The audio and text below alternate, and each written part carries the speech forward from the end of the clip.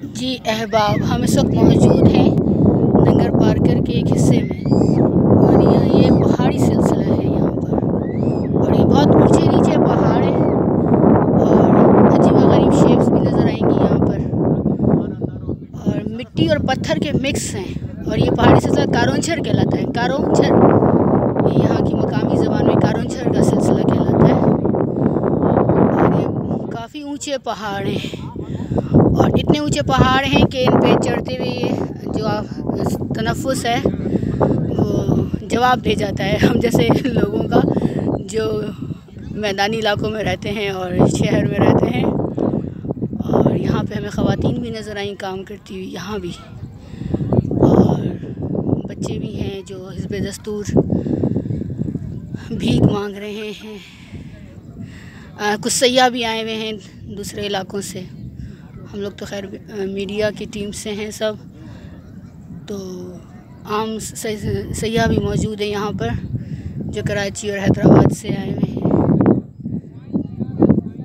और ये पहाड़ी सिलसिला है, पौधे भी उगे हुए हैं, हमें पौधे भी नज़र आ रहे हैं यहाँ पर। अल्लाह की शान है। और ये सिंध के पहाड़ हैं,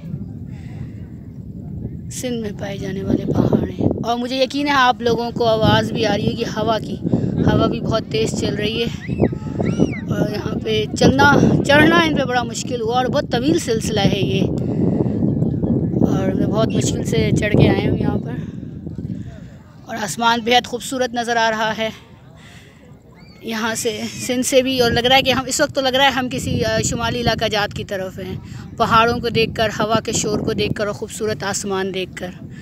और बीच में एक छोटी सी ये गंदी सी झील भी है। लोग तो इसको झील कह रहे हैं, लेकिन ये थोड़ा काफ़ी गंदा पानी हुआ है यहाँ पर।